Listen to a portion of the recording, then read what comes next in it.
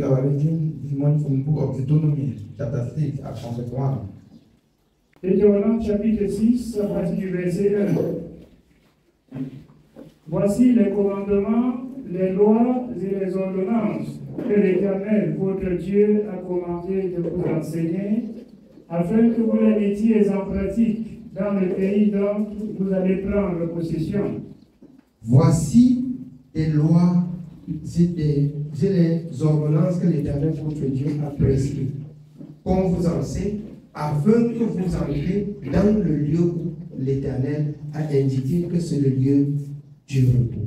These are all the laws that the Lord your God commanded me to teach you, that you will enter into the presence of the Lord. Nous écoutions jusqu'à ce matin ce message. Et ce message s'adresse particulièrement à ceux qui veulent être sauvés. And the message addressing particularly to those who want to be saved. Ayant quitté le monde, la première des choses, quand tu entres dans la maison de Dieu, tu dois connaître les règles de la conduite.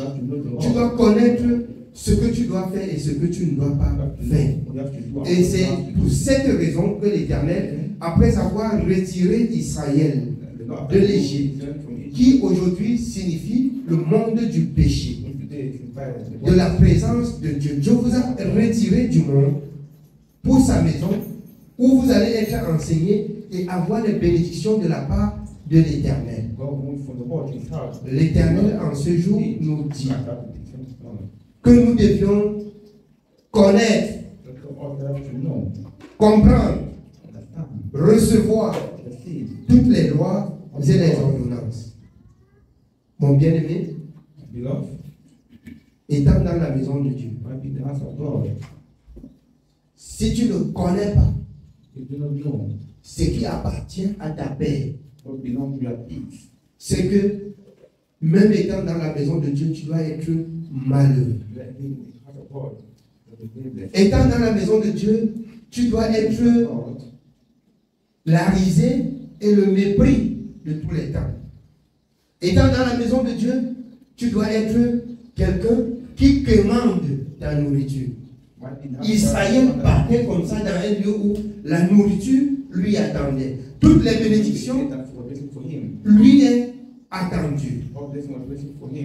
Je vois les enfants de Dieu, après avoir fait des années dans la maison de Dieu, qui, bien aimés, souffrent le manquement, le manque de pain, le manque de moyens de survivre.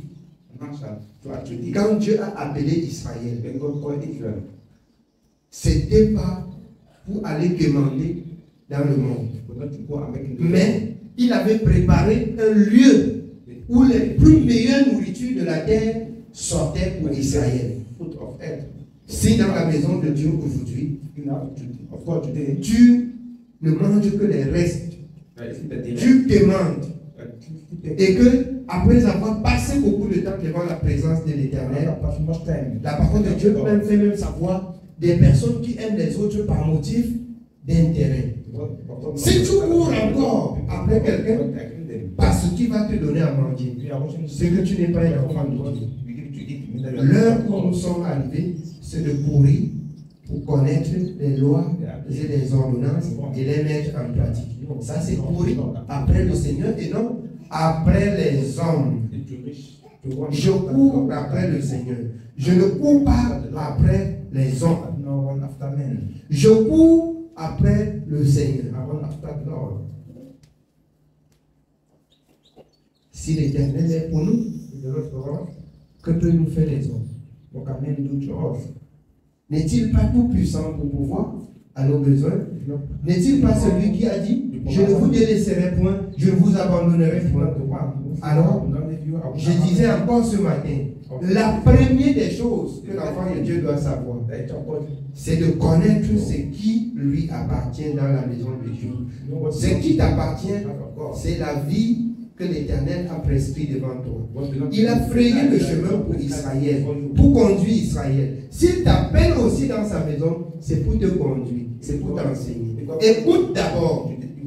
Je disais, comme d'aucuns ont dit, quelle est cette église qu'on ne sort pas pour prêcher la bonne nouvelle? Comment pouvons-nous sortir pour prêcher la bonne nouvelle quand nous-mêmes nous n'avons pas encore entièrement reçu la bonne nouvelle? Nous devions connaître comment nous conduire avant de sortir pour prêcher aux autres. Je vais vous dire encore ici, quand le Seigneur était encore dans la chair, quand il marchait avec les disciples, ce n'était pas aux disciples de prêcher. Bien quand il donnait l'ordre aux disciples d'aller prêcher, il dit mon esprit avec vous. Mon esprit avec, dans Luc, quand il les envoie, il souffle sur eux l'esprit pour que l'esprit leur conduise. Il les envoie 2 à 2. Il leur donne le pouvoir de l'esprit. C'est ce qu'ils ont reçu du Seigneur. Ils partent prêcher. Si vous entrez dans la maison de Dieu, vous ne recevez rien de Dieu. Qu'est-ce que vous allez bien prêcher à ceux qui vont vous écouter au dehors? C'est là la question. Ici, dans le Deutéronome, Israël écoute les lois et les ordonnances. C'est en écoutant, c'est en mettant en pratique que vous pouvez vous-même, comme l'Esprit rend témoignage à notre esprit que nous sommes enfants de Dieu, vous-même comprendre que vous êtes suffisamment chargé et que vous pouvez décharger pour en partager avec les autres. Si une batterie n'est pas chargée, elle ne peut pas faire fonctionner l'appareil. Ce qu'on appelle aujourd'hui le power bank, c'est-à-dire elle prend assez de charge pour distribuer au téléphone. Si on ne la charge pas, elle ne peut pas charger les téléphones. Si un enfant de Dieu n'est pas enseigné, il ne peut pas porter la bonne nouvelle au dehors. Et c'est pour cette raison que Israël doit écouter le conseil de Dieu. Israël doit s'asseoir pour être enseigné. Ce n'est pas le lendemain. Quémander la parole de Dieu. Quémander la parole de Dieu et quémander même à manger. Être errant sur la surface de la terre. Osée 4:6. Je dis toujours, mon peuple est détruit parce qu'il lui manque de connaissance. Mon peuple est détruit parce qu'il lui manque de connaissance. Qu'est-ce qui t'empêche d'avoir la connaissance pendant que Dieu a donné sa parole? Pendant que Dieu a donné sa parole, ce que je vais vous dire ce matin, quand la parole de Dieu dit, l'ennemi rôde comme un lion rugissant. L'ennemi rôde pour faire quoi? Sa présence devant Jésus était pour faire quoi? Pour présenter les nations du monde à Jésus, que Jésus se prosterne et lui donne. Or, oublions que Jésus-Christ lui-même n'avait pas oublié la notion de vie, la notion de sa mission. Il n'avait pas oublié la notion de sa mission. Comme aujourd'hui, les enfants de Dieu oublient la notion de l'évangile. Ils perdent la grâce. Jésus n'avait pas oublié la notion de sa mission. Il reconnaissait que tout ce qui était dans le monde avait été créé par Dieu et pour Dieu. Toutes choses ont été créées par Dieu et pour Dieu. C'est pour cela que Jésus n'a pas fléchi les genoux devant l'adversaire de la justice. Jésus lui a résisté. Et je vous dis encore jusqu'à ce matin, pour vous qui croyez, lorsque vous sortez là, il rôde. Il rôde. Et juste une petite parole de séduction. Si vous tombez, vous mourrez dans vos péchés. Apprenez à résister comme Jésus lui-même a résisté face à la tentation. Quand le tentateur se présentait devant Jésus, Jésus lui est résisté. Si vous ne pouvez pas connaître ce qui appartient à votre Père, c'est cette parole. Israël, écoute les ordonnances. Et ce matin, il faut connaître que tu dois apprendre à connaître pourquoi tu es dans la maison de Dieu. Avant d'aller dire aux autres ce que Dieu peut faire lorsqu'on entre devant sa présence. Si nous apprenons chaque jour et on ne connaît pas, on serait stagnant, on serait toujours sur place. Pour revenir à enseigner, bien aimé, comme nous avions appris hier dans la parole de Dieu, ceux qui devraient manger la nourriture solide, il revient à demander encore la bouillie. Alors que c'est vous qui avez besoin de la nourriture solide. C'est vous qui deviez être des modèles. C'est vous qui deviez porter cette nourriture solide et apprendre à ceux qui sont faits, apprendre à ceux qui mangent la nourriture qui n'est pas solide à manger ce qui est solide. Mais il revient à aujourd'hui à ramener ceux qui devaient consommer ce qui est solide au lait. Au lait. Lorsque je vois les enfants de Dieu s'agiter, je vois seulement la perdition. Je vois seulement l'incrédulité. Je vois seulement la rébellion. Je vois l'ignorance. Bien-aimés, je vous exhorte que cela ne vous rattrape pas. Parce que chacun rendra compte personnellement de sa conduite à Dieu. Nous avons lu hier une parole dans Jean 12, à partir du verset 45. Quand Jésus dit qu'il n'est pas venu juger le monde, mais qu'il est venu avec la parole. Et cette parole est le juge du monde.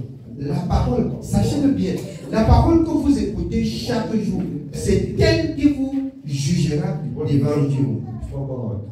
La parole va se lever ce jour-là que tu m'as écouté. Et il va te donner le lieu et l'heure et le moment que tu l'as écouté. Qu'as-tu fait de cette parole? Qu'as-tu fait de cette parole? Est-ce que tu l'as mis en pratique? Point d'interrogation. C'est ton cœur qui connaît. C'est ton cœur qui connaît. Vous pouvez me tromper, mais vous ne pouvez pas tromper Dieu. Vous pouvez me jongler, mais vous ne pouvez pas jongler Dieu. Parce que Dieu ramènera toute œuvre en jugement au sujet de ce qui se fait sur la terre, soit bien, soit mal. Celui qui aura bien fait recevra la récompense de ceux qui ont bien fait. Celui qui aura mal fait recevra la récompense de ceux qui ont mal fait. Chacun recevra selon sa conduite. Amen. Oui, bien-aimés, nous continuons. Nous continuons au verset 2. Afin que tu craignes l'Éternel, ton Dieu, en observant tous les jours de ta vie, toi, ton fils et le fils de ton fils, toutes ces lois et tous ces commandements que je te prescris, et afin que tes jours soient prolongés. Il y a une bénédiction dans l'observation et dans l'obéissance. Dans la soumission de tes fils et de ta maison, il y a une bénédiction attachée. Afin que tu observes et que tu mettes en pratique tout ce que Dieu t'a prescrit. C'est là une bénédiction. Et que tu soumets tes enfants à cette parole de la vérité, à cette parole de l'évangile. Là est attachée une bénédiction. Si tu t'attaches à cette parole et si tu donnes cet enseignement à ta maison, à tes enfants, c'est une bénédiction pour toi et pour ta descendance. Mais la mauvaise conduite que tu prends, c'est ça qui va t'entraîner et entraîner ta progéniture. Vous allez dire que je suis à l'église pour maudire. Ce n'est pas pour maudire, c'est pour dire ce que Dieu a dit. Si vous avez fait ce que Dieu a dit, il a compris les bonnes paroles qu'il a dit dans sa parole. Tu n'as pas fait, bien-aimé, les pasteurs qui ne disent pas cela, c'est parce qu'ils attendent le pain quotidien de vous. Je n'attends rien de vous. Celui qui m'a donné la possibilité de prêcher m'a donné à manger. Je ne suis pas là pour vous demander le pain, mais je suis là pour vous dire la réalité dans la parole de Dieu. Si vous ne mettez pas en pratique, toutes les mauvaises paroles vont s'accomplir. Si vous voulez vous fuir l'assemblée, vous partez dans l'autre. Ce qu'on va prêcher, ce que vous allez écouter. Ce qu'on va prêcher, ce qui va être agréable à vos oreilles à entendre. On va vous dire que vous êtes bénis dans le péché. On va dire que vous êtes honorés dans le péché. C'est ce que vous cherchez. Vous seriez accepté par les hommes, mais rejeté par Dieu. Ce sont ceux qui se sanctifient, qui sont fils de Dieu. Les hommes vont vous accepter, mais Dieu va vous rejeter. Sachez-le. Amen. Oui, bien aimé, on continue. Tu les écouteras donc, Israël, et tu auras soin de les mettre en pratique, afin que tu sois heureux et que vous multipliez beaucoup, comme te l'a dit l'Éternel, le Dieu de tes pères, en te promettant un pays où coule le lait et le miel. C'est en observant que tu dois être heureux. Et que dans le lieu où Dieu a dit, comme dans la maison de Dieu, comme devant la présence de Dieu, que tu seras béni. Est-ce que c'est moi qui ai écrit ça? Si depuis que tu mets en pratique, si le lait et le miel te manquent, il faut poser la question à ton.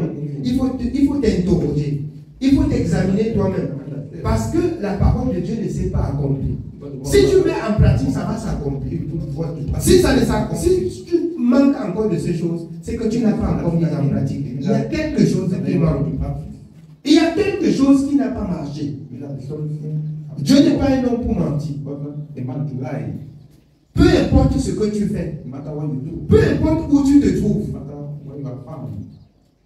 Nous avons lu dernièrement Élie, Élisée, tous ces hommes de Dieu qui, dans la sécheresse, dans le manque de pain, dans le manque de blé, l'Éternel a pourvu. C'est pas ça? Et il démontre ainsi à Israël: tant que vous gardez mes ordonnances avec vous, le lieu où nous partons là, nous sommes partis d'un lieu à un autre, c'est-à-dire du monde à la maison de Dieu. Non, on ne peut pas avoir les mêmes sorts que quand on est dans le monde et on ne peut pas avoir les mêmes sorts du monde dans la maison de Dieu. C'est impossible. C'est que vous n'avez pas rencontré ce grand Dieu. Posez-vous encore la question de là où vous vous trouvez. Soit toi tu es le problème, soit l'église est le problème. Soit l'église ne te dit pas ce que Dieu dit, soit toi tu ne fais pas ce que Dieu dit. Il y a deux hypothèses. Soit toi le problème, soit l'église le problème. Soit toi le problème, soit l'église le problème. Mais je suis convaincu. Je ne prêche pas pour prêcher. Ce que Dieu a dit, elle s'est accomplie pour moi. Et par la suite même, on a dit que je suis sorcier. On a dit que ce que j'ai, comment un illettré peut avoir ce que j'ai? La bénédiction de Dieu, c'est pour le riche et pour l'illettré. Dieu donne aux riches et Dieu donne aux illettrés. Ce qui vient de Dieu, ça ne demande pas la connaissance et la science du monde pour avoir, mais ça demande l'obéissance. Tout ce qui vient de Dieu demande seulement d'obéir. Et on peut hériter la promesse. On peut hériter la promesse. Hériter la promesse, c'est dans l'obéissance. Tu fais ce que Dieu fait. Dieu accomplit la bonne parole qu'il a dit dans ta voix. Il ne regarde pas si tu as étudié ou tu n'as pas étudié. La science du monde. Dieu ne regarde pas. Amen. Oui, bien aimé. Écoute, Israël, l'Éternel, notre Dieu, est le seul éternel. Tu aimeras l'Éternel, ton Dieu, de tout ton cœur, de toute ton âme et de toute ta force. Tu aimeras l'Éternel, ton Dieu, de toute ton âme, de toute ta force. Mais bien aimé, ça veut dire, toutes tes pensées là, ça doit être canalisé dans la parole. Quand on parle des pensées canalisées dans la parole, ça ne voulait pas dire que tu vas à l'école pour lire au tableau, tu lis que la parole. C'est pas ça. Ça voulait dire tes actions, ta conduite. Tu dois te souvenir de ce que Dieu a dit. Je prends un exemple. S'il a dit ne vole pas, même en classe pour les enfants qui partent à l'école, tu vois, pour ton camarade, tu jongles. Il faut que la parole de Dieu vienne dans ta tête, que tu ne dois pas prendre ce qui ne t'appartient pas. C'est là où nous partons. C'est un exemple très palpable.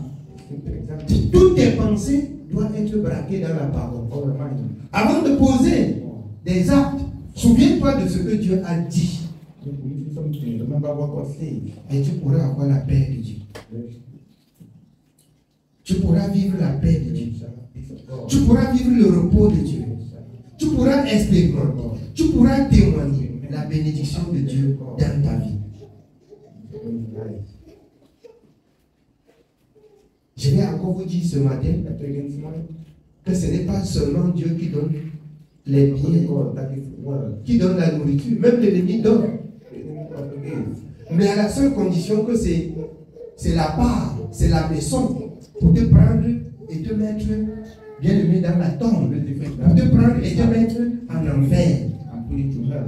L'ennemi aussi donne. C'est pour cela qu'on exhorte les enfants de Dieu à obéir à la parole de Dieu, afin qu'au moment où ils ont besoin de quelque chose, que ce qu'ils ont besoin vient de l'Éternel et non de l'ennemi. Je suis convaincu que si vous mettez en pratique la parole de Dieu, l'ennemi ne peut pas vous tendre la main. Parce que Dieu ne permettra pas qu'il vous tende la main. Dieu mettra une barrière entre vous et l'ennemi. Et il y aura une connexion entre vous et Dieu. Et vous ne pouvez recevoir que ce qui vient de Dieu. Et l'ennemi mettra une barrière entre vous et l'ennemi, que vous ne recevrez plus ce qui vient de lui. Amen. Oui, bien aimé. Nous continuons au verset 6. Et ces commandements que je te donne aujourd'hui seront dans ton cœur. Tu les inculqueras à tes enfants et tu en parleras quand tu seras dans ta maison, quand tu iras en voyage, quand tu te coucheras et quand tu te lèveras. Ce commandement va rester dans ton cœur. Proverbe 4, plus que toute chose, veille sur ton cœur. Ce commandement doit rester dans ton cœur. Quand tu vas voyager, c'est ça que tu vas rappeler à tes enfants. Comme on voyage comme ça, comme vous voyez là, c'est l'Éternel qui va y assurer. Quand vous iriez vous coucher, comme vous vous couchez là, c'est Dieu qui va veiller. Quand vous allez vous lever, comme vous vous levez là, c'est l'Éternel qui appelle. Quand vous iriez autour de la table, comme vous mangez là, c'est Dieu qui pourvoit. C'est lui qui bénit. Vous allez rappeler cela à vos enfants. N'apprenez pas seulement à vos enfants qu'ils ont des besoins, vous les donnez. Vous donnez, ça les dit là que ça sort. Certainement, vous pouvez ne pas dire là que ça sort parce que c'est pas clair.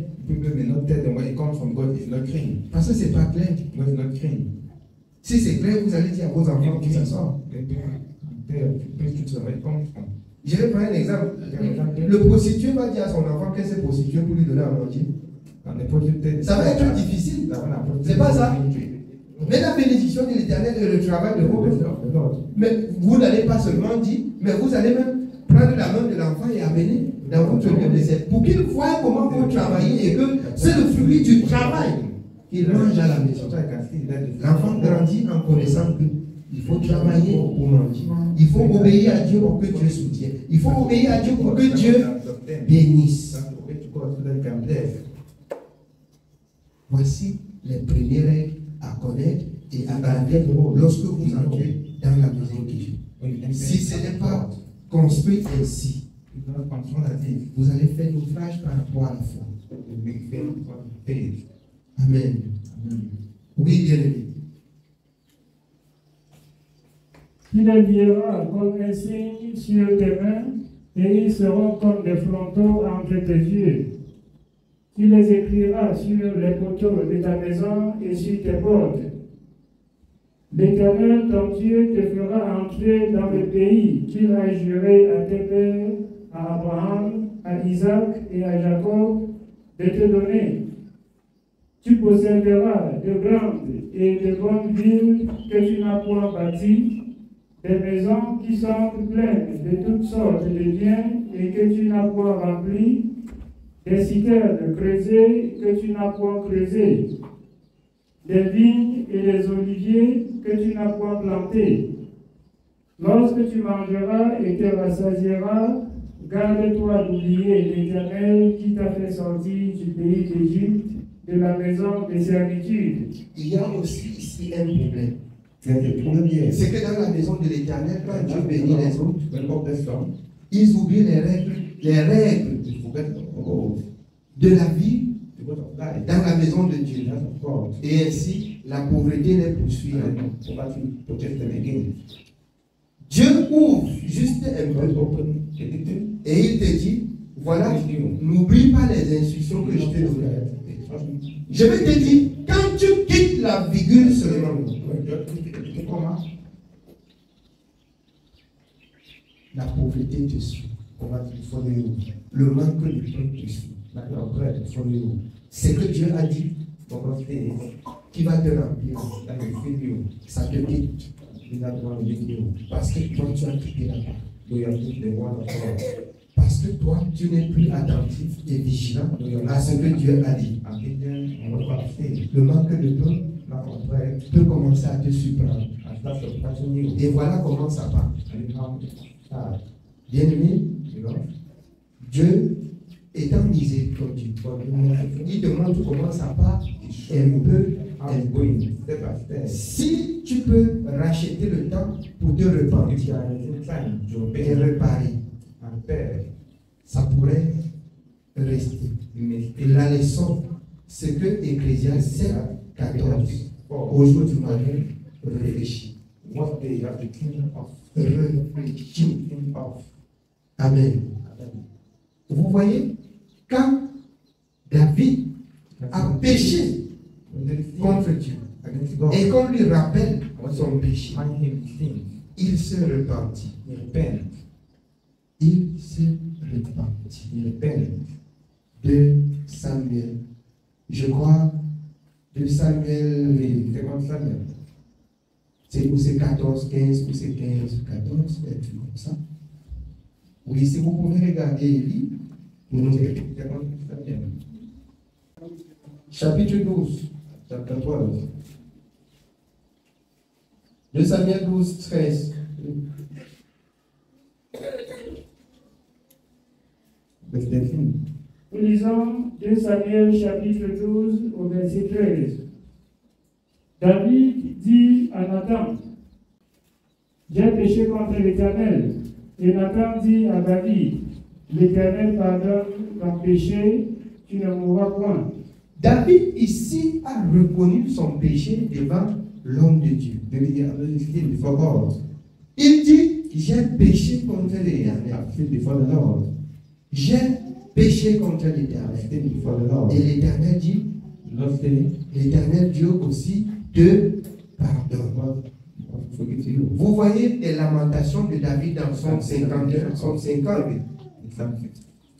Quand il dit que sa mère l'a construit, même dans l'iniquité, il a été né dans le péché. I was born in sin. Lorsque vous lisez cela, vous trouvez que David était un homme de cœur droit devant son Créateur.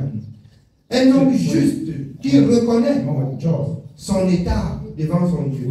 Mais le problème, et le véritable problème des enfants de Dieu aujourd'hui, c'est le refus. C'est de refuser, de ne pas reconnaître qu'ils ont péché contre Dieu. On est incrédule et on pense, je vais entrer dans ma chambre, je vais dire à Dieu. On ne va pas entendre ce que je dis. Mais c'est Dieu qui a dit dans 2 Chroniques 20, confiez-vous à l'Éternel, confiez-vous à ses serviteurs. Ici, David parlait au serviteur de Dieu. J'ai péché. L'Éternel qui est Dieu te pardonnera. Heureux l'homme en qui l'Éternel n'impute point d'iniquité, mais qui trouve le pardon parce qu'il a confessé. Amen. Nous rentrons dans les tonneaux. Let's go back to Deuteronomy chapter 6.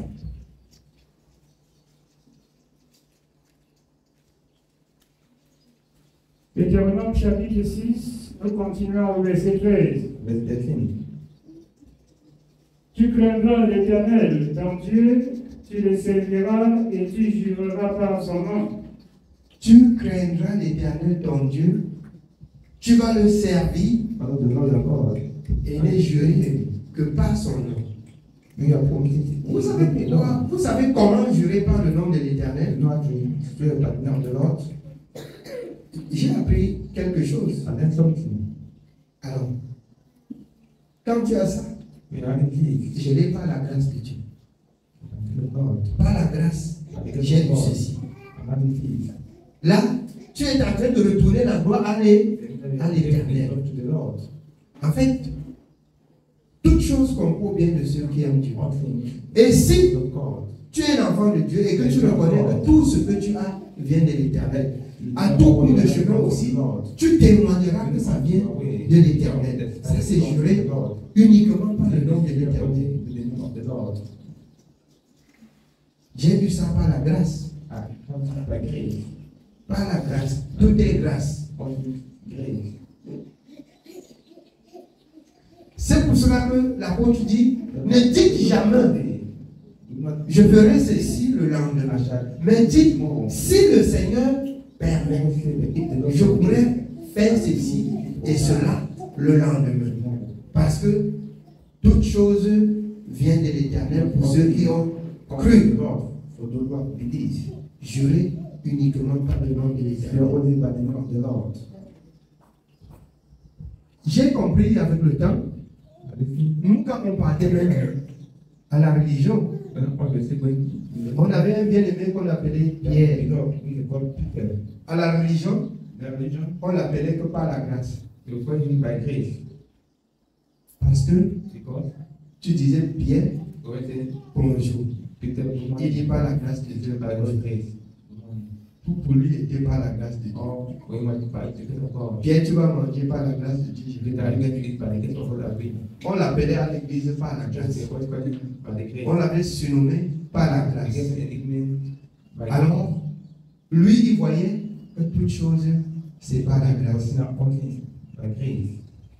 Lui, il était fou de Jésus.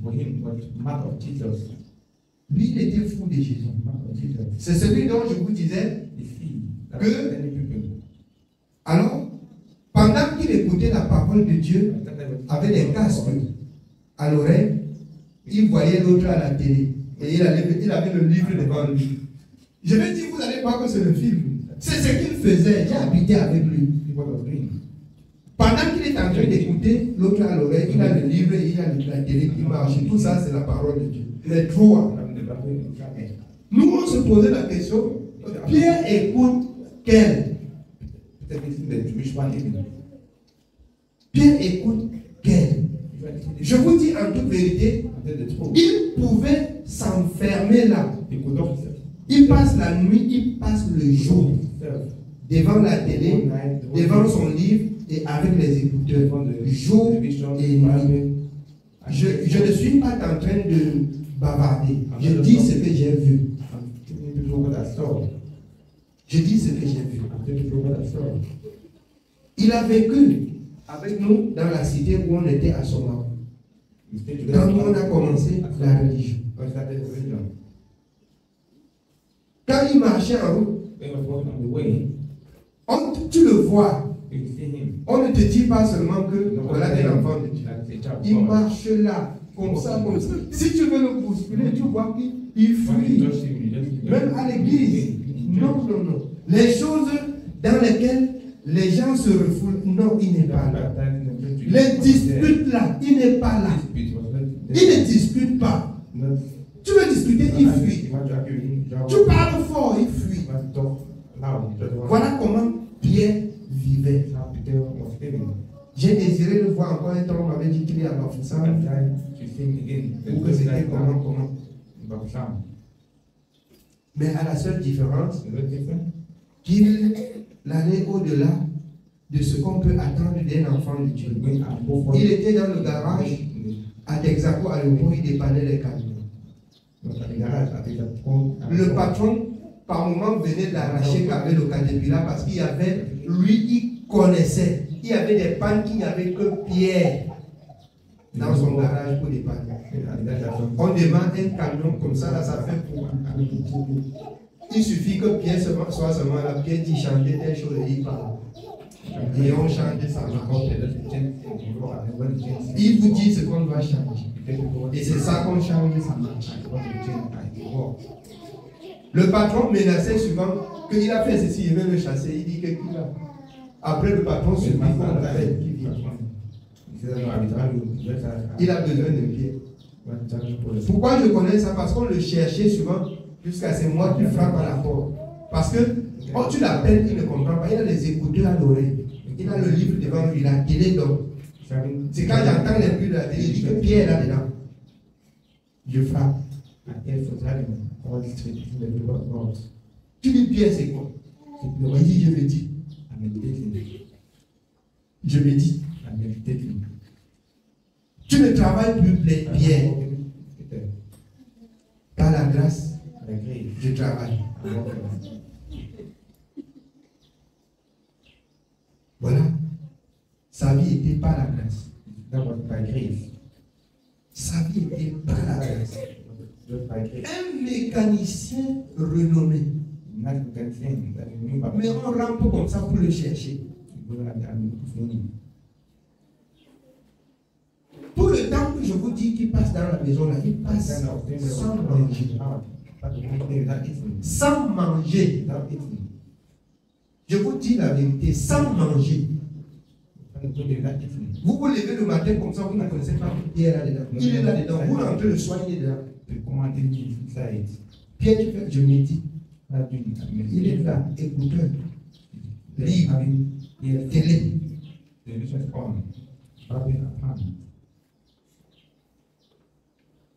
Et c'est comme ça que Dieu l'a vu.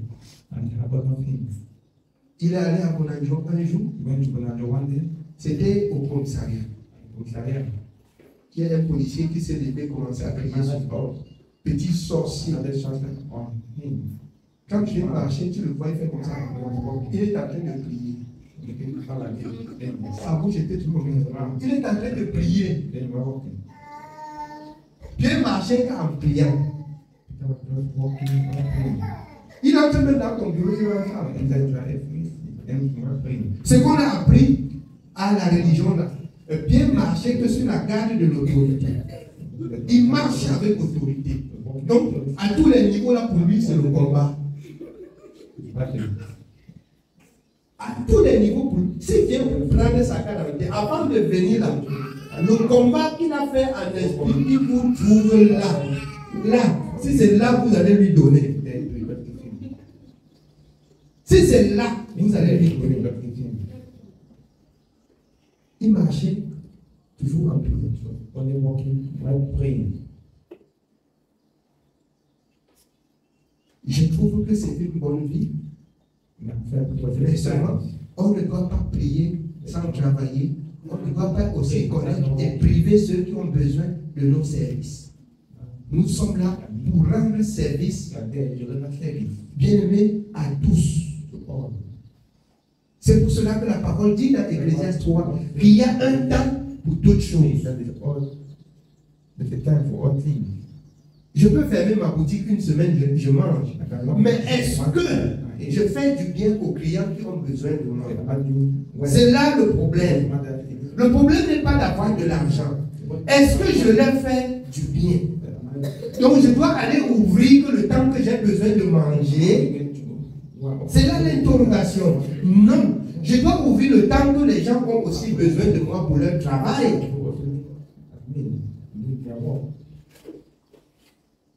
C'est pour cela que la parole dit, ne soyez en scandale, ni aux Grecs, ni aux Juifs,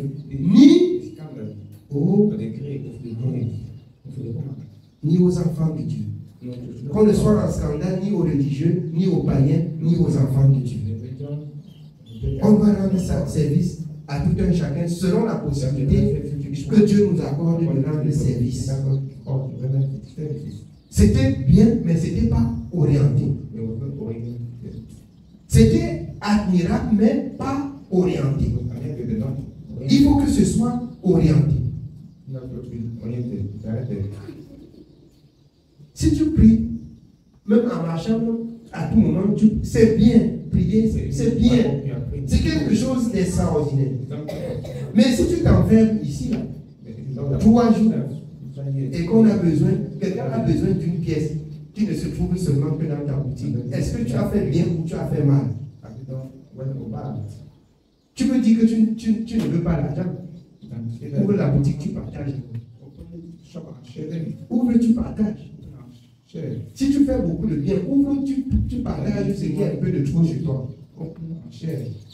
Parce que la parole de Dieu dit tu es insensé. Si tu dis à ton âme que tu as déjà travaillé jusqu'à ce que tu veux plus travailler, que ton âme se réjouit, c'est que tu es insensé. On doit travailler tous les jours. C'est pas ça dans l'Ecclésiaste? On doit travailler. Nous devions travailler.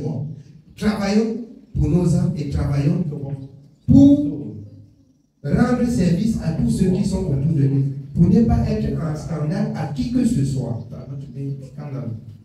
Amen. Oui, bien aimé. Nous continuons au verset 14. Vous n'irez point après d'autres dieux d'entre les dieux des peuples qui sont autour de vous. Il y a certains peuples qui servent des dieux étrangers. Vous n'irez point après d'autres dieux comme ce peuple que vous voyez. Non, je ne suis pas d'accord. Dieu vous a mis à part. Que Dieu vous a choisi. Que Dieu vous a appelé. Certainement, Dieu ne vous a pas appelé avec votre famille. Dieu n'a pas appelé tous les membres de votre famille. Dieu n'a pas appelé tous ceux qui sont autour de vous d'être enfants de Dieu. Mais vous, aujourd'hui là, Dieu vous a appelé. Ceux qui sont autour de vous, n'imitez pas leur voix, n'imitez pas leur conduite. S'ils rendent encore culte aux dieux étrangers, ne vous alliez pas à eux. Faites ce que Dieu vous recommande. Ne prenez point part aux œuvres infructueuses des ténèbres. Si possible, condamnez-les. Condamnez les œuvres. Il n'est pas dit condamner les personnes, mais condamner les œuvres infructueuses des ténèbres. Condamner ce que je prends moi-même, l'engagement de ne pas faire ce que tu me demandes de faire.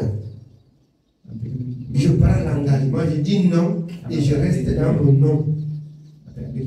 Pour ne pas faire ce que autour de moi, tu m'imposes de faire qui ne doit pas dire. Je prends l'engagement de dire non.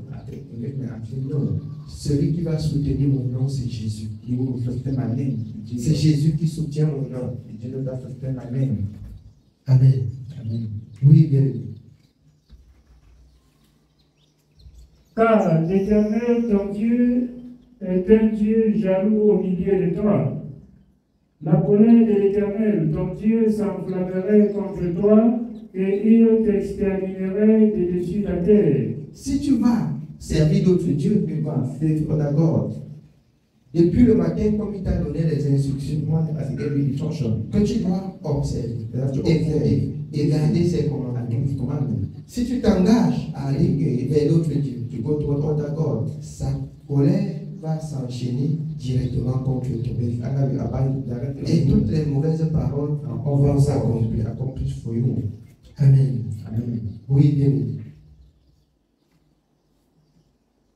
Vous ne tenterez point l'Éternel, votre Dieu, comme vous l'avez tenté à Massa.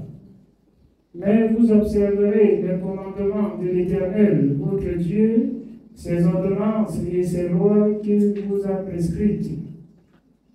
Tu feras ce qui est droit et ce qui est bien aux yeux de l'Éternel, afin que tu sois heureux et que tu entres en possession du bon pays que l'Éternel a juré à tes pères de te donner. Amen. Tu feras ce qui est droit. Je pense que chaque personne connaît ce qui est droit.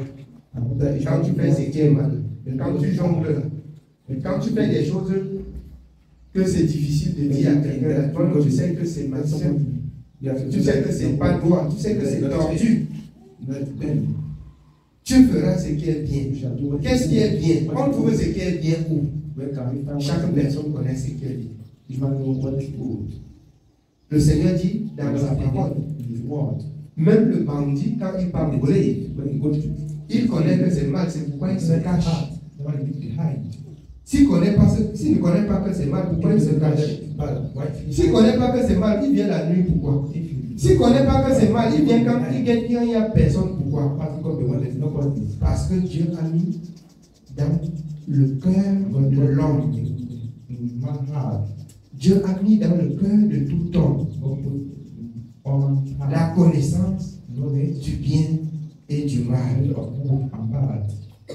La connaissance du bien et du mal. Le païen qui ne connaît pas Dieu, il connaît ce qui est mal. Il connaît ce qui est bien. Quand il fait mal, il sait que c'est mal. Et à combien de fois les enfants de Dieu qui reçoivent les enseignements dans la parole de Dieu, c'est pour ça qu'ils seront jugés plus sévèrement. Parce qu'il y a des choses sur lesquelles Dieu les a enseignés et que pour les païens, il n'a pas enseigné. Amen. Oui, on continue. Nous continuons au verset 19. Après qu'il aura chassé tous tes ennemis devant toi, comme l'Éternel l'a dit.